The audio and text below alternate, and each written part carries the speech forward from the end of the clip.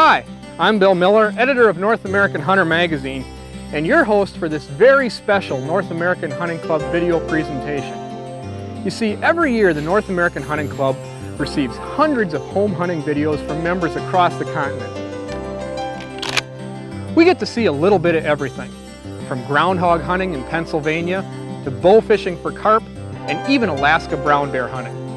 And while the North American Hunting Club staff enjoys hours poring over these tapes, we've only got about 1 hour to share with you the adventures that best capture the spirit of North American Hunting Club members. In the next 60 minutes, you're going to see some of the most dramatic, most dangerous, and most downright unusual hunting adventures ever captured on videotape, anytime, any place. But what makes them truly unique is that every minute of every hunt was experienced firsthand by a North American Hunting Club member just like you, who is lucky enough to have a video camera in hand and turned on at the moment of truth. Mixed in with all of this great hunting action, you'll also find a few bits of advice from the NAHC staff that might just help you make your next hunting adventure one you'll want to share with all of your fellow NAHC members. NAHC Life member Baird Booth spent months planning for his first Canadian black bear bow hunt. His search for an outfitter began with the North American Hunting Club's approved outfitters and guides directory and ended with Big Antler Outfitters of Riverton, Manitoba. As you're about to see, Baird's trip was one to remember. Tonight. He says there should be some nice bears we're going quite a ways from here. We're going to go for a long ride in this Argo.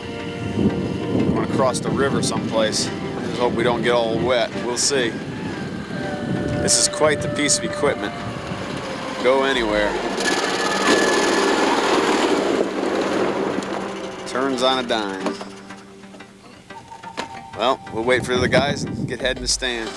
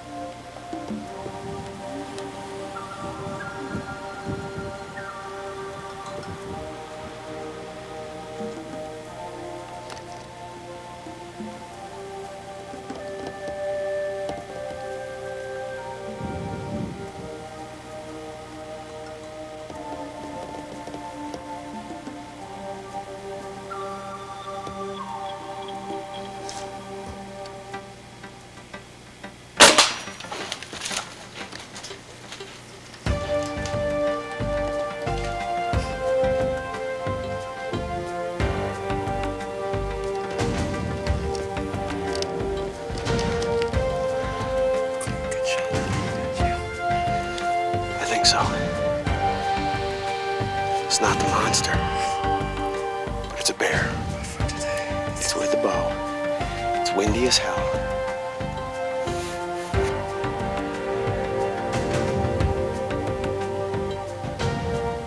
You got it. Congratulations.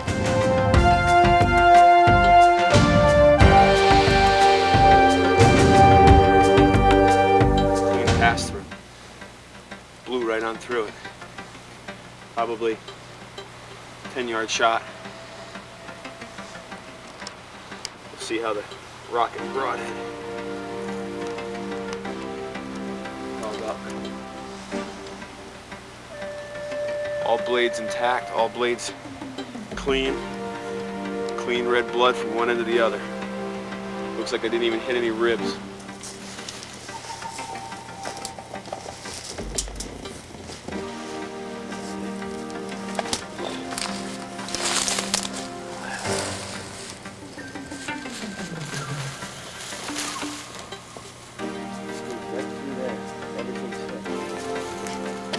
We got blood coming right through here. There he is. He's right there. Right.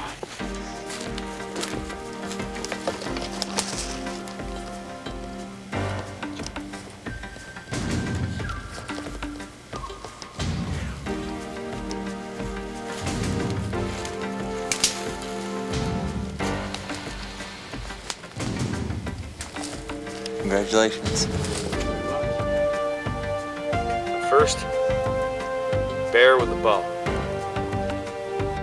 Baird's hunting partner, Sam Amadio, also had some good luck on this trip. He bagged this chocolate-faced black bear that made Pope and Young as the biggest black bear ever taken with a bow in Manitoba. One for the record books and one great video. We also get a good number of tapes from members who are outfitters. Terry Sandmeyer, owner-operator of Geneva Park Outfitters in Conifer, Colorado, sent us a tape with half a dozen great hunts on it. The one you're about to see is with Bob Rossell of Oregon, as he and Terry stalk and take a great bighorn ram in the rugged Colorado mountains. Each day's hunt begins with a ride up the mountain on horseback, glassing for herds of sheep. Once spotted, a stalk on foot ensues. Finding the sheep themselves isn't always that difficult. It's getting into position for a clean shot that can be tough.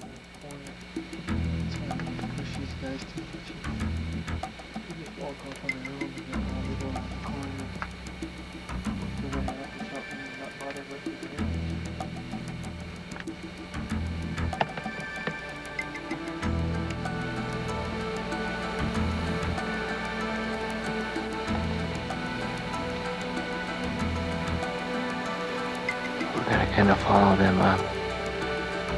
See if we can see the rams on your side.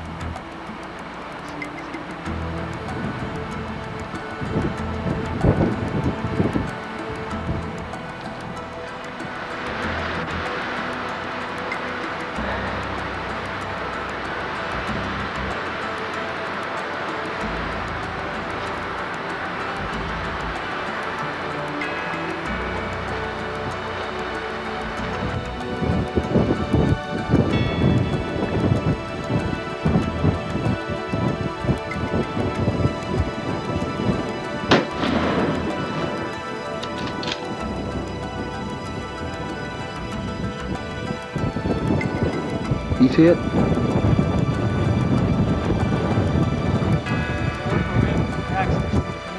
There's a happy man. Hunting bighorns can put you in some of the most dangerous terrain in North America. If you're considering a hunt for one of these tremendous trophies, I strongly recommend that you hire an experienced guide to help you get through it in one piece. During the course of a good year, I'll fire upwards of 10,000 rounds through my smooth bores at just about every imaginable game bird there is, plus dozens of trips to the trap, skeet, and sporting clays ranges all across the country.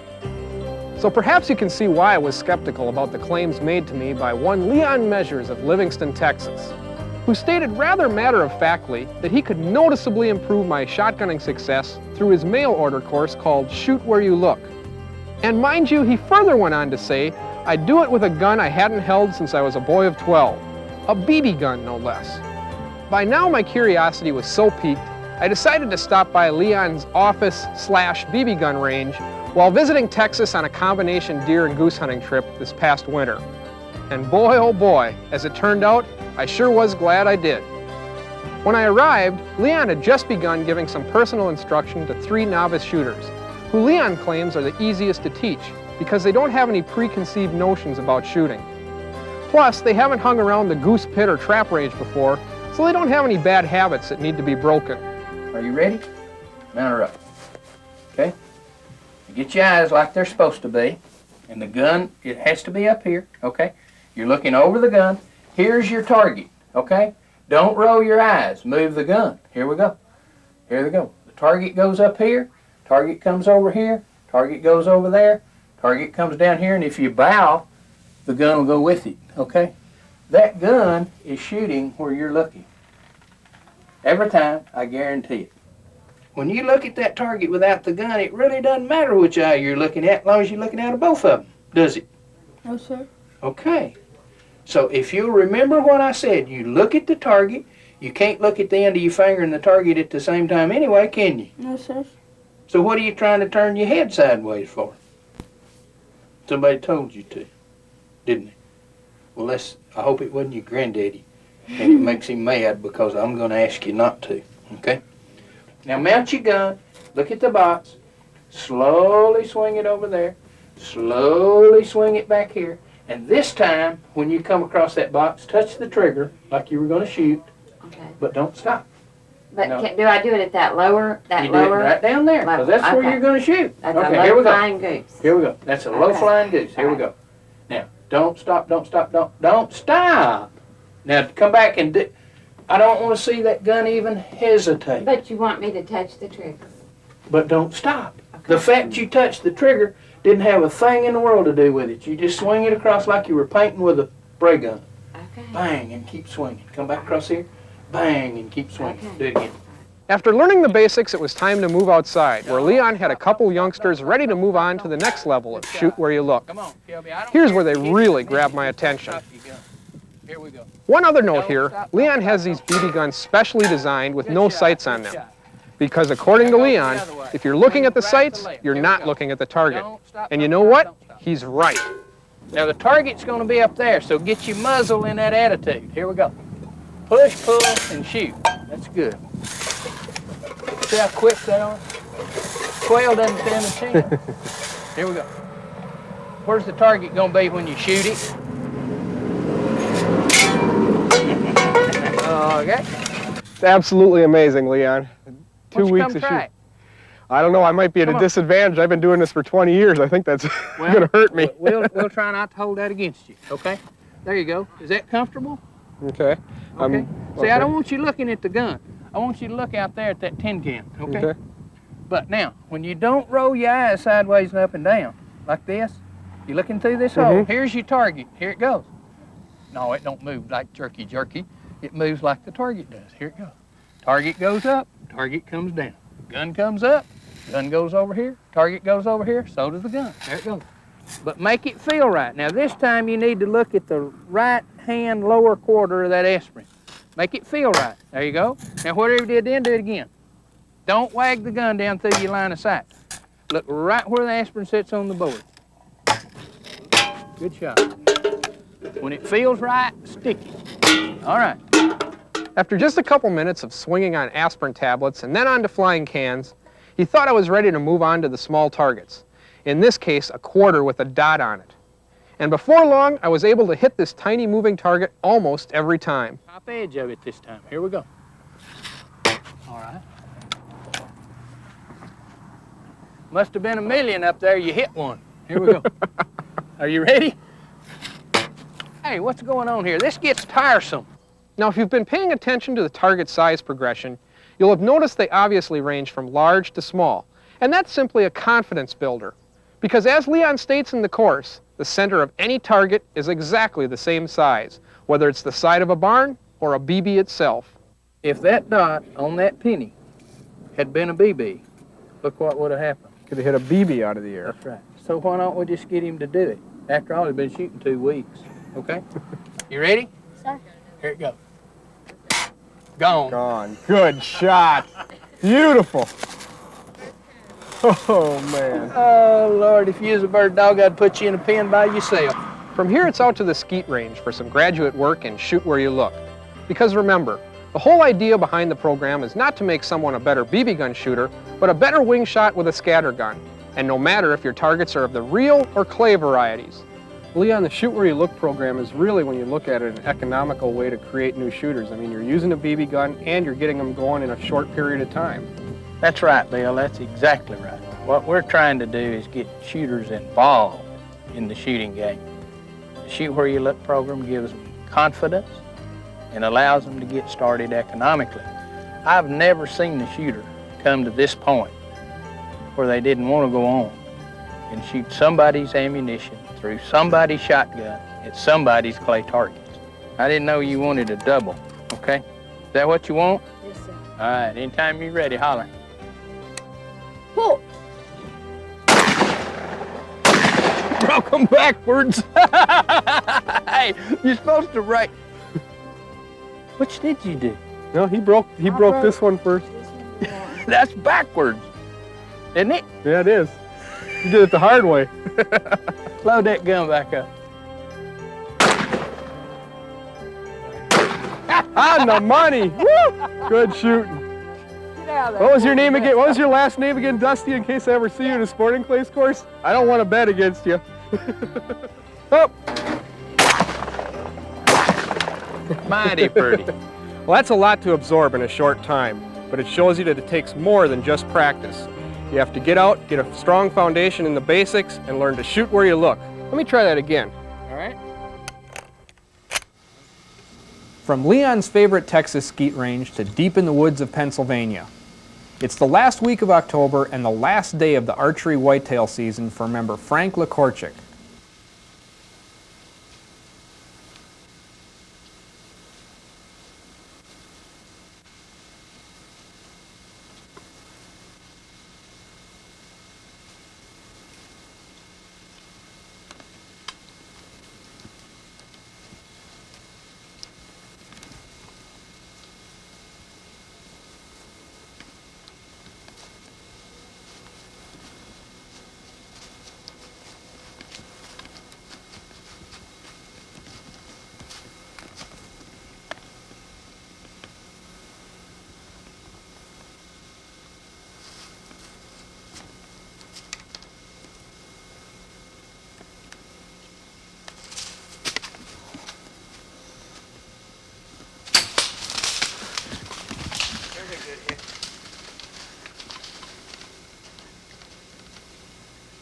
Couldn't ask for it any nicer than that.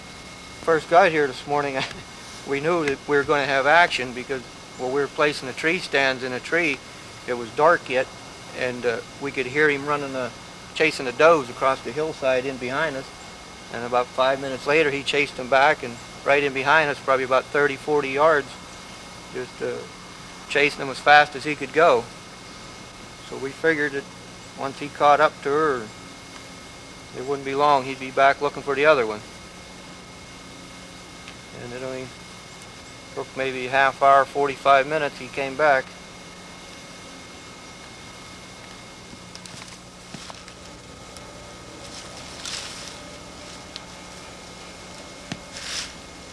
Here's about where he was standing. There's far. 6-8 yards only.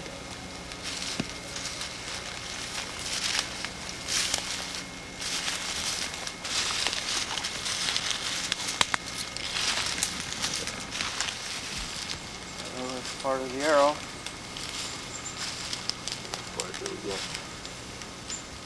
There's a broadhead, so I went clear through him then. The broadhead looks good shape yet, didn't do any damage to it. A lot of foamy blood on that shaft, so I'd say she definitely went through the lung. I don't think it'd be much further. We ought to find them. Here. Sometimes you've got to take what you can get. This buck isn't going to set any records, but he's meat on the table. Great shot, Frank, and thanks to Frank's brother Scott, who's running the camera. Caribou are fast gaining popularity with North American Hunting Club members pretty much everywhere. And it's simply because there's, number one, so many of them. And number two, they have such huge racks they grow so quickly. And finally, it's often been said that caribou are as close to African plains game hunting as we're ever going to see on this side of the ocean. But for NAHC members Brian Miller, Joey Kramer, and Wayne Donnelly, the attraction was having the opportunity to take one of these tremendous animals with a bow and arrow.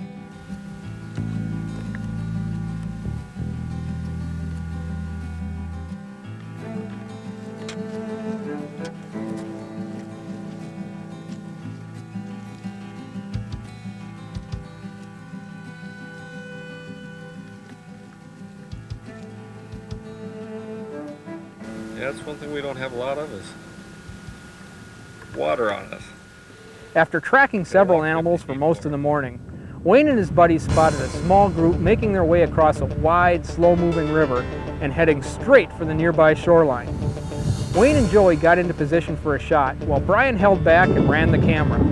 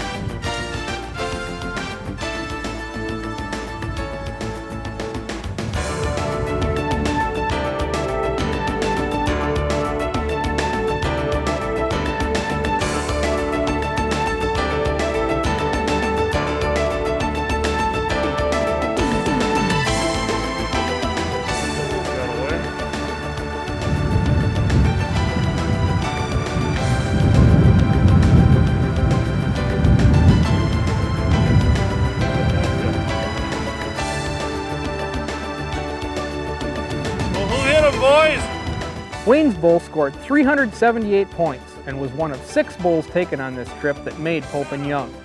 Great shot, Wayne, and great shooting from behind the camera too, Brian. Thanks for the tape. Normally, turkeys are one of the trickiest, wiliest, most downright difficult of all game animals to take. But as this tape from NAHC member Sturdy Todd shows us, for every 20 or so smart gobblers, there's always 1 or 2 that are, well, let's say a few feathers shy of a full tail. You'll see what I mean.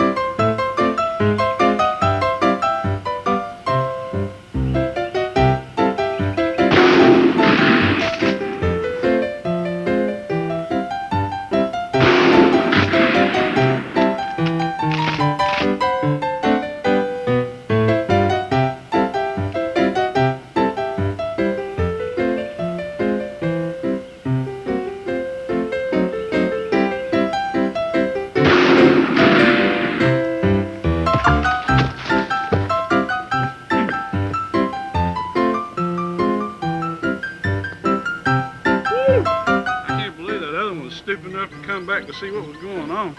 In South Carolina, you can take 2 birds on your spring permit. And I don't think Sturdy's complaining about having to shorten his turkey hunt to just 1 day this year.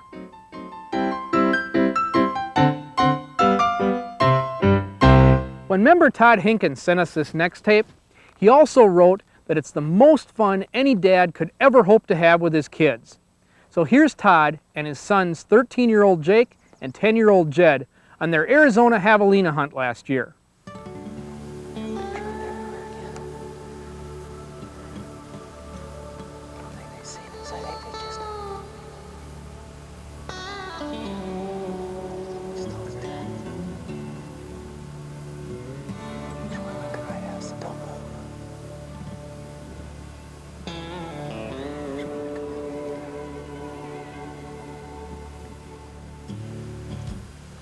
That little baby was with him.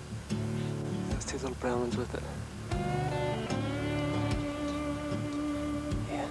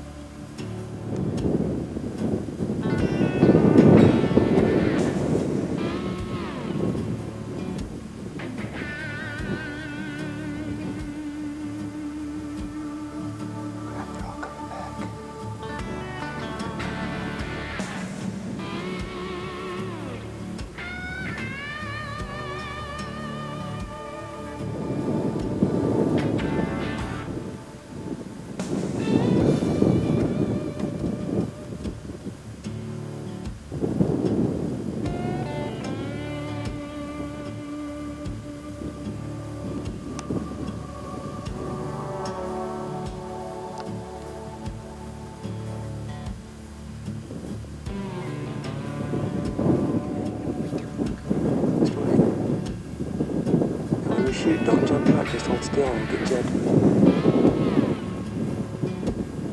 You see it good in your skull?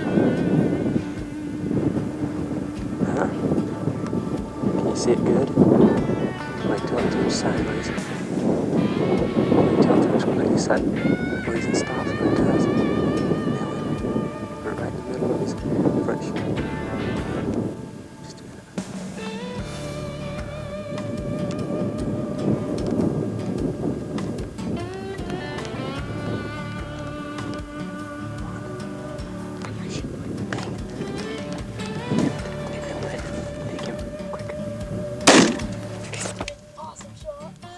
Awesome shot. How far away was it, Jed? The dead rest? Jake took his Javelina using his dad's .223 contender from just about 20 yards away. Later, Jed made another great shot from about 80 yards to take his peccary. Great shooting, guys. People often write in to ask us, how can I be a better field rifle shot? The answer is 3 parts and it's easy. Take a rest, take a rest, take a rest. I don't mean take a break from hunting. I mean settle in and take a good solid rest for your rifle. In hurried shooting situations, people often come up to the shot, bring up the gun, and try to take an offhand shot. This is the least stable way to shoot a rifle. You're far better off taking the time to find a rest. Time is almost always available to do that, even if it's just dropping down to the kneeling, sitting, or prone positions. What you're trying to do when you drop to these lower positions is stack your bones. Here it's your elbow to your knee to your foot to the ground. Sitting, your elbow to knee to heel to ground. Best of all, if you aren't going to use a rest, there's not time to find one, is a prone position where your elbows are resting directly on the ground. Better yet is to find yourself a solid rest, something like this log. But when you're shooting from a hard surface, always try to pad it with something because the gun is going to react differently when fired from a hard surface. So you want to have some padding on there. That's the way you sighted it in at the range. Now this gives me a really solid rest. You can also grab your day pack and use it as a rest in a pinch. I like to come to my hunts prepared though. And for that, I use these special shooting sticks, which work great from the sitting position. They snap into place, spread them out to form a little X. They give you a perfect rest for kneeling or for sitting behind if you tilt them back. In a hurried shooting situation, anything's better than shooting offhand. Even just getting yourself braced against a good solid tree. Or, better yet, find yourself a low-hanging tree branch, pat it out with something like your hat, and get ready to make that perfect shot. So when you're hunting, you not only need to be looking for the game that you're after, you need to be looking for a place to rest your rifle. A pilot friend of mine once told me that when he flies, he's always got a place to land in mind. When you're hunting, you always need to have a place to rest your rifle in mind. Next we'll join NAHC member Dave Clarendon and company for a great Wyoming mule deer hunt.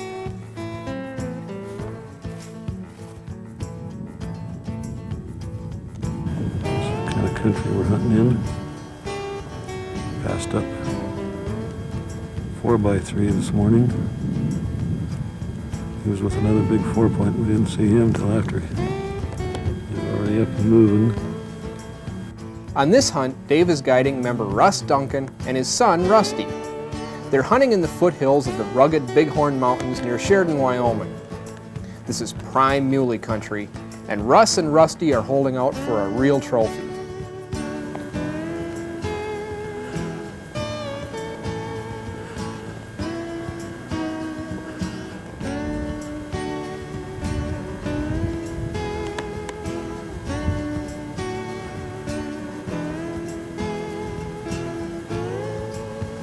Look right on the skyline.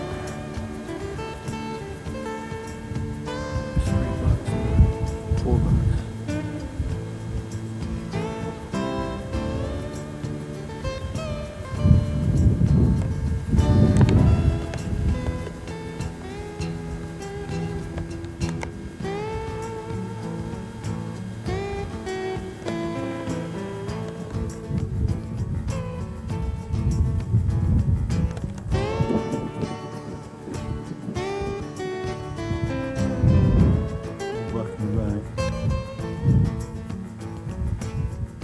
In sprawling foothills like these, Dave spends a lot of time behind his high-power binoculars.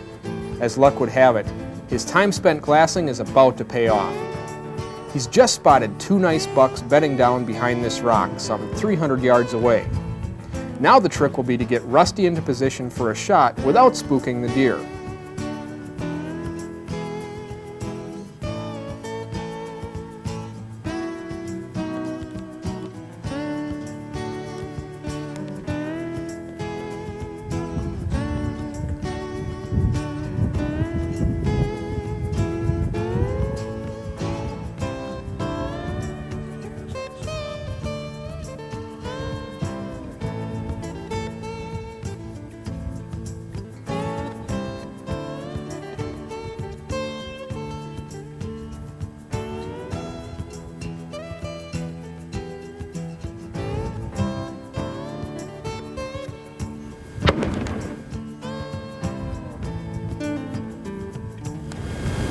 Started working all the way around, and we saw him about 300 yards away, and then we put a stalk around him, came up about 25 yards from him. Later in the hunt, Russ would also take a great muley, and both father and son took home big pronghorns as well on this trip. Thanks for the tape, guys. In May of 1995, NAHC member Jim Swisher of Kotzebue, Alaska, applied for one of just 20 wild bison permits available for Alaska's farewell bison herd. Since it was Jim's first time applying for these nearly impossible to get permits, you can imagine his surprise when he beat nearly 100-to-1 odds and drew for the hunt of a lifetime.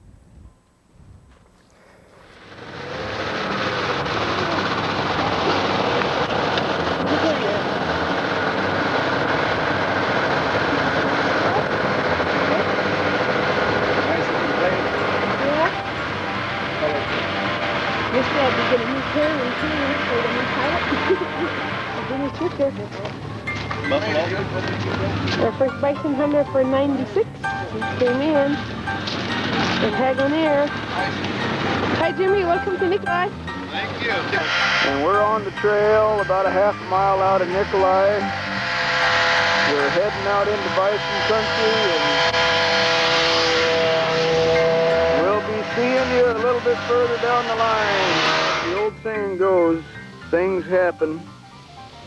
And there Jim holds up the evidence of 5 miles out of town. He decides to chew up the fan belt on his machine. We stopped to kind of see what was going on, and could be baking some potatoes on that engine right now. So we're only 5 miles out of town, and we're making our first and hopefully last repair of the hunt. But this is Sullivan Creek here. It doesn't matter whether it's 45 above or 65 below, this stays open all winter.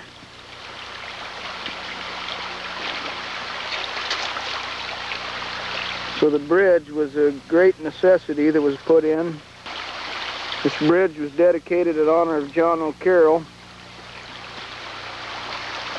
Was a miner in the area and passed away due to an airplane crash in 1991. This bridge was built as a memorial to John O'Carroll. A good portion of Jim's hunt was spent traveling the famous Iditarod Trail. In fact, their camp was just 100 yards off the path taken by hundreds of dog sledders each year. Excellent morning.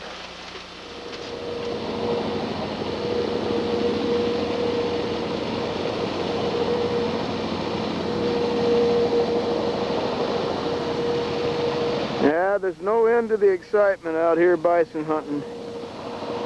Out in the middle of nowhere, God's wilderness, and you got all kinds of things going on out here. You'd think it'd be, you wouldn't see another living soul. And here we got helicopters with slings flying by, and 28 snow machines passed us last night. This is not usual, but it is interesting. See a number of moose out here on this trip, and some days we may see 60 or more moose. Right here we've got 2 moose just leaving the trail in front of us. This is a traditional area for the moose to come to during this time of the year.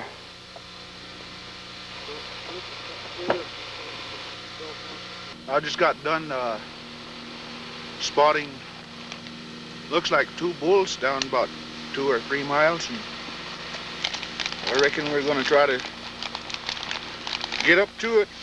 We got good wind and good weather.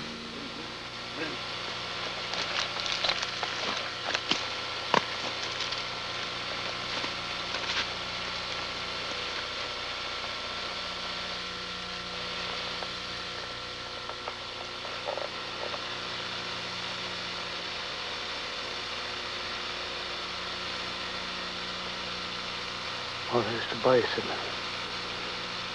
We're close.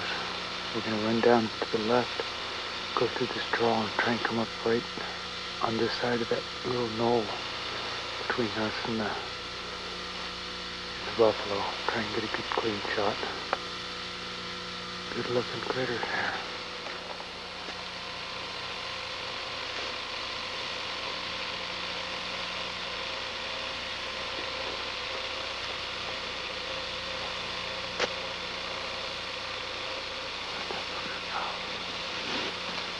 There's the buffalo.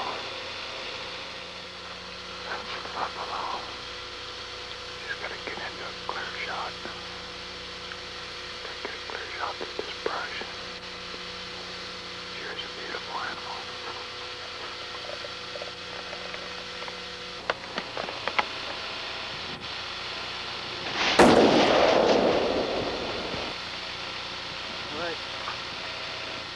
All right, Jimmy Swisher, 1996. Congratulations, Jim. That is a big bull. They're both big bulls. They're real nice. Both really nice big bulls. If we'd have had 2 people here at once, then that could have been a double. we had a pretty tough time of getting here. This last stretch was knee-deep snow, and it had about a 6-inch crust on there that had to be broken down because it wouldn't support your body weight. And it made a lot of noise. I mean, what are you going to do, though?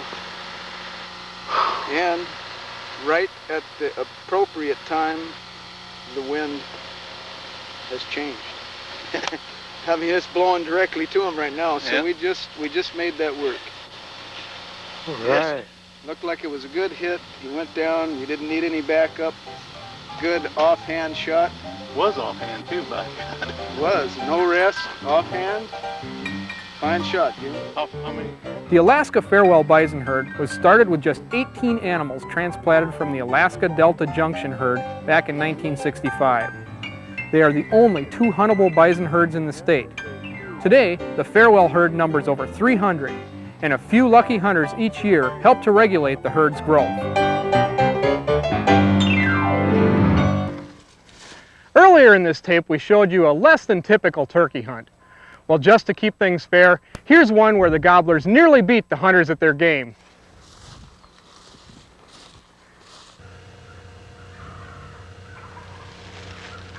We're hunting with Joy and Greg Sensala of Reedsburg, Wisconsin.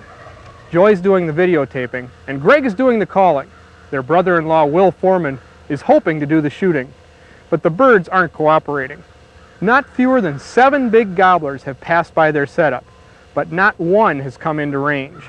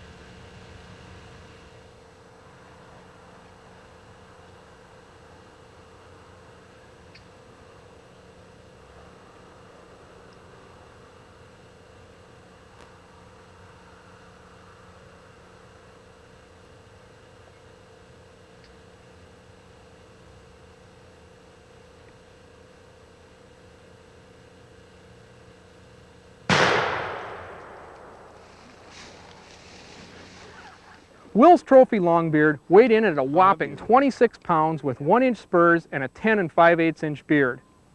Some turkeys are smarter than others, but if you play your cards just right, you can beat the best of them.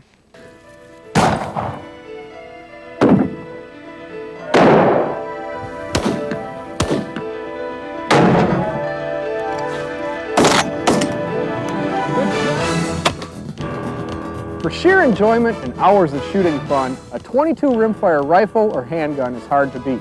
.22 ammunition is incredibly inexpensive. On sale, you can still buy shells for a couple of cents per round.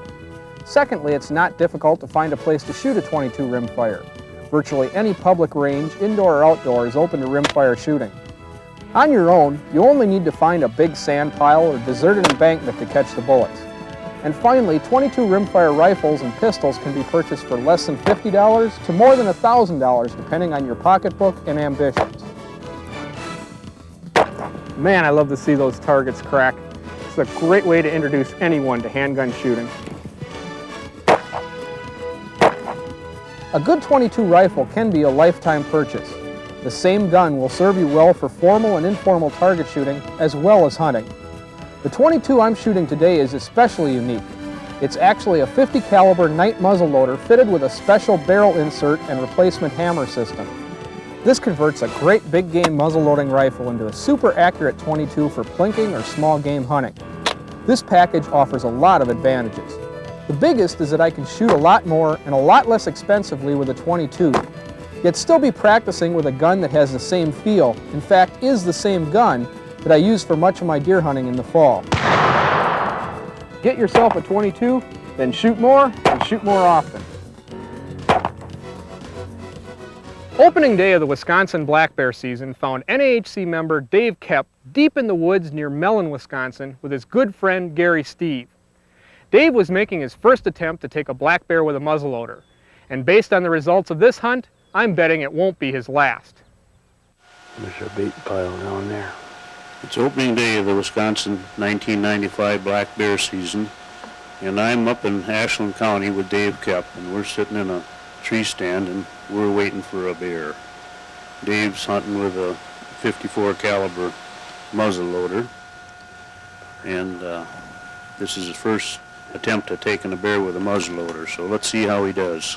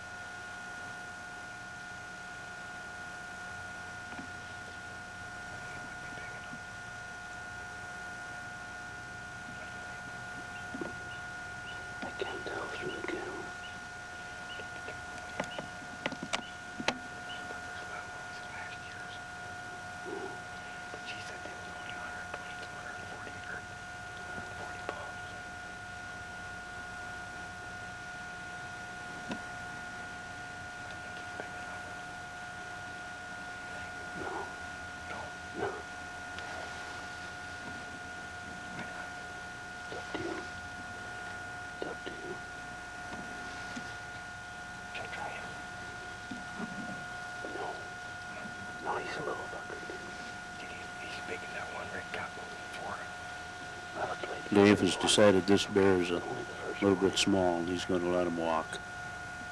He's bigger than the other one. Huh? You sure you want that one? Yeah. We might get a bigger one.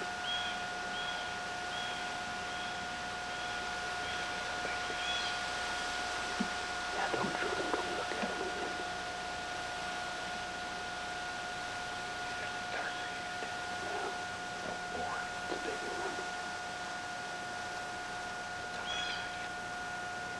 It's a bigger one. Wait till it gets quartered away a little bit so you can get in a little bit of an angle.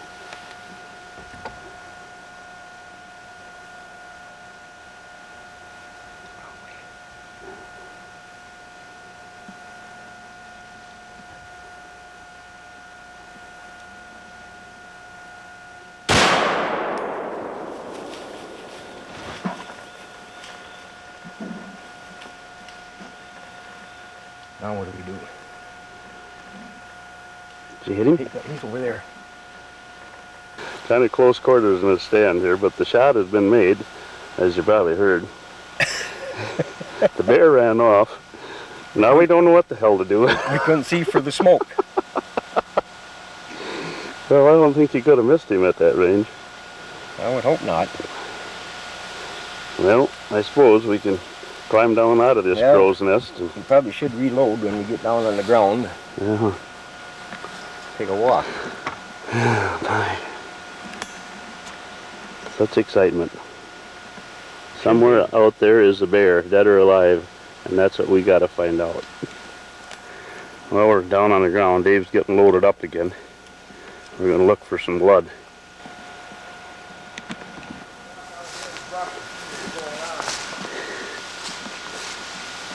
She's thick out here. I hope that sucker ain't. Hey, here he is. Way in the file. There he is. Hope he looks as big now as he did before. Well, I would say he's respectable. He sure piled up in a bunch. The old 54 did her job, boy. Dave used a Thompson Center Arms 54 caliber Thunderhawk muzzleloader with a Sabo bullet to take this trophy black bear. Congratulations, Dave, and thanks for the tape. Well, that about does it for this member showcase video. We hope you enjoyed watching it as much as we enjoyed bringing it to you. And remember, if you've got a hunting adventure on videotape, we want to see it. Send it on in to club headquarters. Doesn't matter what you hunt, doesn't matter where you hunt, you might see yourself on the next member showcase. Until then, I'm Bill Miller. Take care and good hunting.